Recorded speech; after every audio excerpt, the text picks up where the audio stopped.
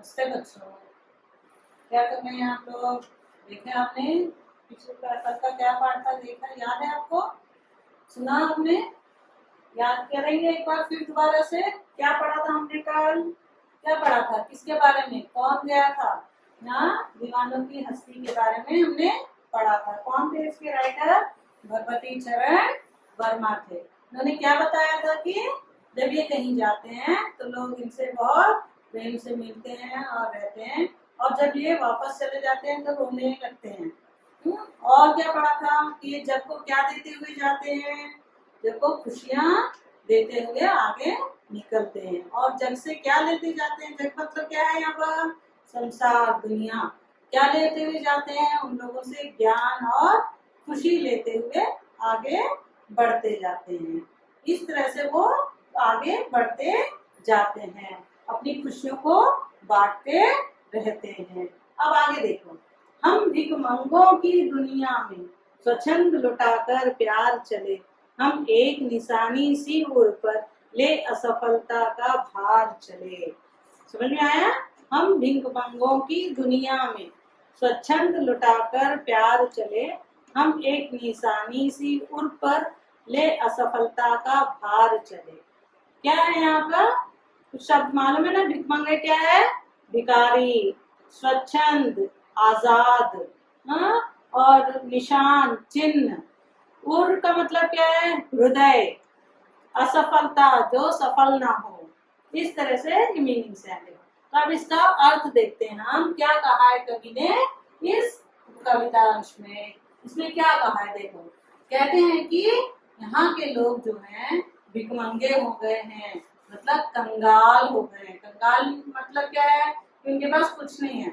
लोग आजकल कैसे हो गए? सब क्या करना चाहते हैं? सब चाहते हैं हमारे पास बहुत पैसा आए, कार आए, बिल्डिंग आए, बड़ी बड़ी घर आ जाए, भवंतियां आ जाए, सब ये सोचते हैं। पर एक दूसरे के साथ प्यार से रहने का उनके अंदर भाईचारे का स्वभाव नहीं रह गया है। और यही कह रहे हैं कि भिखमंगों की दुनिया में ऐसे लोग जिनके अंदर प्यार ही नहीं है, किसी को देने के लिए कुछ नहीं है, ऐसे लोगों के बारे में वो बता रहे हैं। और कह रहे हैं स्वच्छंद लुटाकर प्यार चले। और जो कवि जैसे मस्त मौला लोग हैं, क्या करते हैं? प्यार को देते हुए जाते हैं, बाकी लोगों के, उन लोगों के दुखों को हटते हुए प्यार को देते हैं। कैसे? स्वच्छंद मीन्स आजाद, अपनी मर्जी से। इसीलिए उनको मस्त मौला का, अपनी मर्जी से घूमते घामते हुए लोगों के पास जाते हैं और वहां से उन लोगों को खुशियां बांटते हुए आगे निकलते हैं। हम एक निशानी सी उड़ पर ले असफलता का भार चले। निशानी क्या बताया था? चिन्ह। तो कहते हैं कि कई बार ऐसा हो जाता है, हम लोग भी घूमते हैं, इधर उधर जाते हैं, लोगों के दुखों को दूर करने की कोशिश करते हैं, पर कई बार ऐसा नहीं हो पाता, हम उनके दुख को दूर नहीं कर पाते, इसमें हम असफल हो जाते हैं। पर वो जो असफलता का चिन्ह रह जाता है वो हमारे हृदय पर रह जाता है। पर ये उसको छोड़ते नहीं है कि यहाँ पर असफल हो गए हम छोड़ के आगे निकल जाए।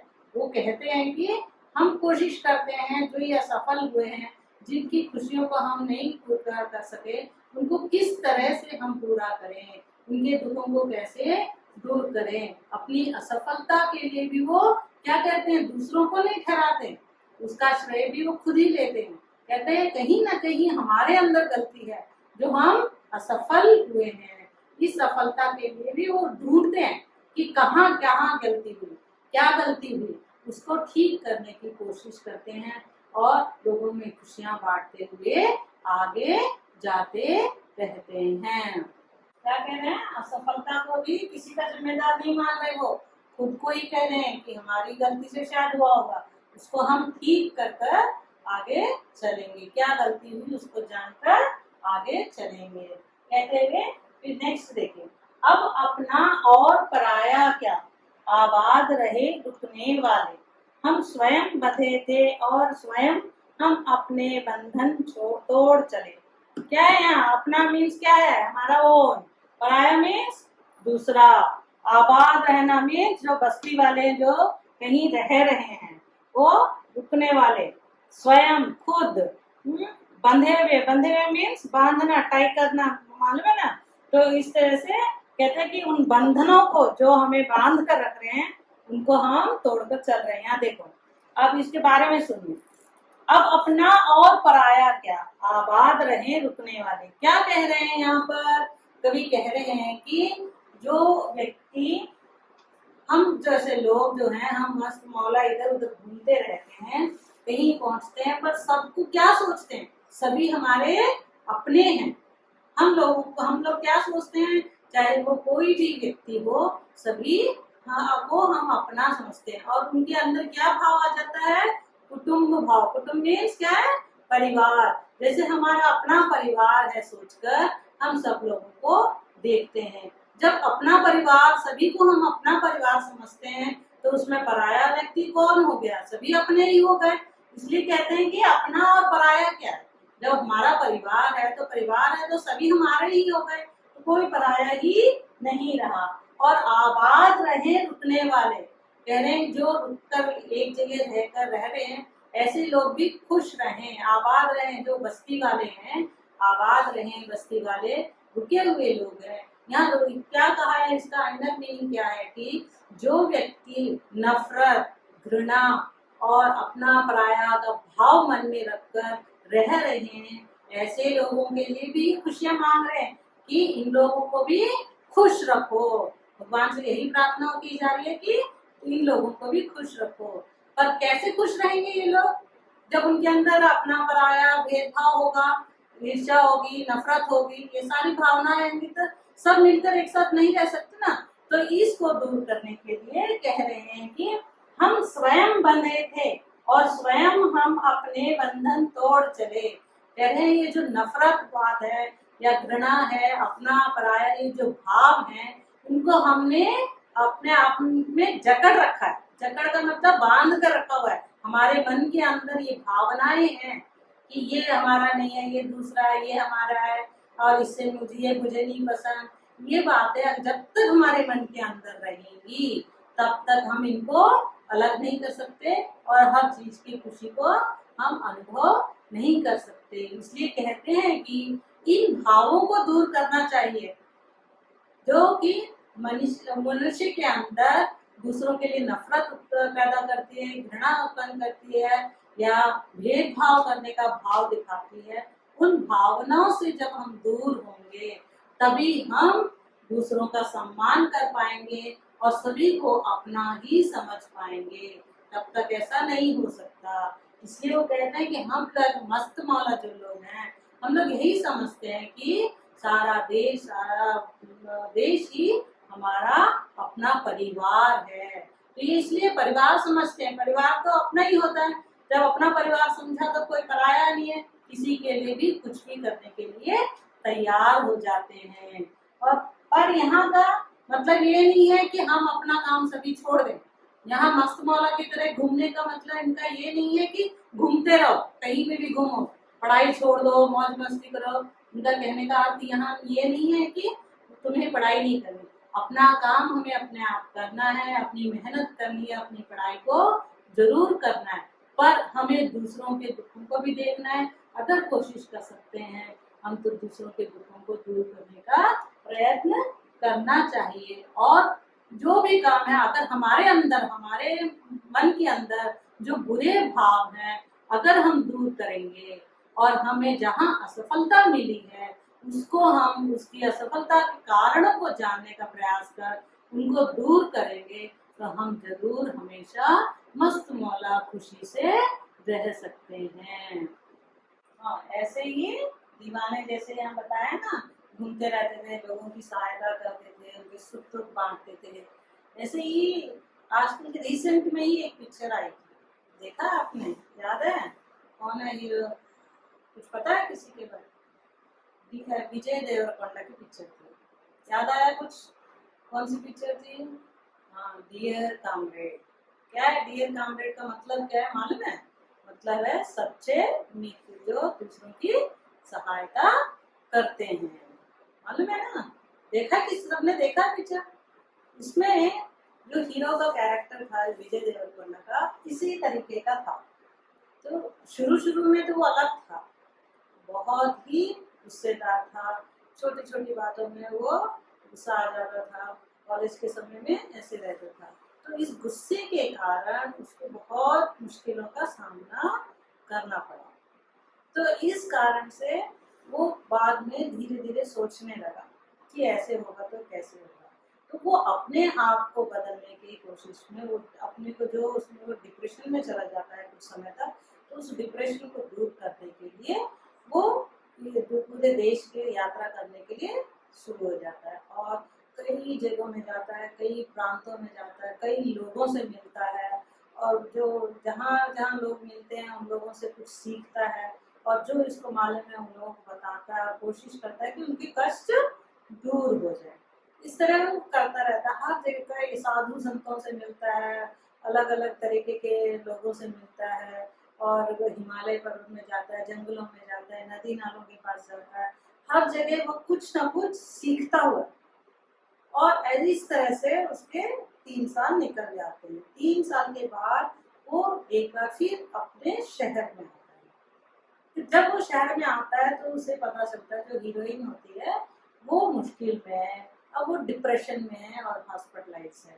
तो वो उसको सही करने के लिए आप उसको मंत्र पता चल गया कि हमें कैसे अपने कष्टों को दूर करना चाहिए, क्या करना चाहिए, क्योंकि सारे देशों में देश भर में घूम के आया ना। तो अब वो उस हीरोइन को भी ये उसके दुख को भी दूर करता है और कोशिश करता है कि वो खुश रहे। इस तरह उसके दुखों को दूर करता है, सच्ची मित्रता निभाता है यहाँ पर और इसलिए उसको डियर कामरेड कहा है।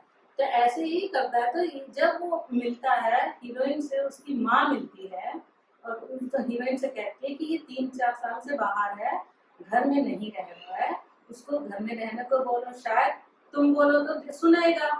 तो तब वो हीरोइन बताती है, इसके नेचर के बारे में बताती है कि अब वो सुनने वाला नहीं, मौज मस्ती वाला आदमी है और किसी की बात सुनेगा नहीं, वो जो चाहता है वो करेगा, कहकर वो हीरोइन उनकी माँ को बताती है। और यही वो सच है कि वो घूमता है और घूमकर बहुत कुछ जानता है, समझता है, कुछ ज्ञान प्राप्त करता है और लोगों को खुशियाँ बांटने की कोशिश करता रहता है। अब देखो बच्चों, इनमें कुछ शब्दार्थ देख लो। क्या है? भिख मांगो। क्या बताया था भिख मांगो? क्या इसका क्या मीनिंग था? भिखारी। किस तरह के भिखारी थे यहाँ पर? प्यार नहीं था आपस में, आसपास में किसी के पास एक दूसरे को देने के लिए, ऐसे भिखारी थे। और स्वच्छंद, स्वच्छंद मीन्स आजाद, ठीक है। निशानी, चिन्ह और असफलता। क्या है? सफल ना होना, ठीक है, जो काम पूरा नहीं कर सकते। आबाद, क्या है? बस्ती वाले, जो बस्तियों में रहने वाले, ठीक है। और क्या है? स्वयं, स्वयं का मतलब क्या होता है? खुद, अपने आप करना, है ना। तो ये है इसके शब्दार्थ, ठीक है। आपके दूसरे पैराग्राफ में एक वर्ड आया था, देखो यहाँ पर, आंसू। क्या है? आंसू। ऐसे शब्द क्या होते हैं? क्या कहते हैं ऐसे शब्दों को? पता है आपको क्या कहते हैं? मैं बताती हूँ, सुनो। ये जो आंसू शब्द है, ये कैसा शब्द है बताती हूँ। शब्द कई तरह के होते हैं, देखो। देशज, ठीक है, विदेशी, तत्सम और तद्भव, ये 4 तरीके के होते हैं। देशज का मतलब मालूम है? अपने प्रांतीय, जिसमें प्रांतीय जो होते हैं जैसे पगड़ी या डिबिया, प्रांतीय भाषा के शब्द हैं। जिस जहाँ प्रांत का होता है अपनी भाषा के शब्द। विदेशी भाषा तो आपको मालूम है, ऑलरेडी हम भाषा पढ़ रहे हैं ना, विदेशी भाषा कौन सी? अंग्रेजी भाषा। ऐसे ही अलग अलग प्रांतों के अलग अलग देशों के जो भाषा को हम यूज करते हैं, और जैसे मैंने कहा यूज करते हैं, तो यूज वर्ड क्या है? इंग्लिश है। ऐसे शब्द जो होते हैं वो विदेशी शब्द कहलाते हैं। सॉरी कह देते हैं हम, थैंक यू बोल देते हैं, तो वो सब हमारी भाषा में लीन होते जा रहे हैं ऐसे शब्द। तो और तत्सम तद्भव शब्द। अब ये देखो तत्सम शब्द क्या होता है? जो संस्कृत के शब्द होते हैं, संस्कृत के जो शब्द होते हैं वो तत्सम कहलाते हैं। जो संस्कृत से एज इट इज, संस्कृत भाषा के एज इट इज शब्दों को हम हिंदी में बात करते समय, लिखते समय लिख लेते हैं। यहाँ देखिए, यहाँ पर देखो आम्र, आम है ना, आम्र देखो ये संस्कृत शब्द है, पर इसको हम इस तरह से भी बोलते हैं इन शब्दों को। उलूक, ओष्ठ, अग्र, अस्थि, ये शब्द आए ना, देखा है ना आपने, कई बार कई लेसन्स में आया हुआ है। अश्रु, कपोत, कोकिलक, चंद्र, चंद्रिका, जीवा, दुग्ध, इस तरह के शब्द जो होते हैं, तो ये सारे संस्कृत के शब्द हैं, इनको हम हिंदी में भी यूज करते हैं। ऐसे शब्द इनसे जो बनता है, इन शब्दों को थोड़ा सा चेंज करके, थोड़ा सा बदल कर हम हिंदी के शब्दों को लिखते हैं। ये जो शब्द होते हैं तद्भव शब्द कहलाते हैं। क्या कहलाते हैं? जो मूल रूप से थोड़ा सा चेंज होकर हिंदी में हमारा नया शब्द बन जाता है, उसको तद्भव शब्द कहते हैं। संस्कृत के जो मूल शब्द होता है, संस्कृत का मूल शब्द जो होता है, उससे हम क्या करते हैं? हिंदी का दूसरा शब्द बना लेते हैं। ये ऐसे ही देखो आपके पाठ में आया हुआ आंसू, उसका संस्कृत शब्द क्या है? अश्रु। तो इससे इस तरह से ये चेंज होकर आंसू बना है। ऐसे जो संस्कृत के शब्द होते हैं, जो एज इट इज हम हिंदी में बात करते हुए उनको एज इट इज यूज कर लेते हैं, वो होते हैं संस्कृत के तत्सम शब्द। क्या कहते हैं उनको? तत्सम। और जो तत्सम शब्दों को थोड़ा सा चेंज करके हम हिंदी में यूज करते हैं, उनको तद्भव शब्द कहते हैं। ठीक है, समझ में आया?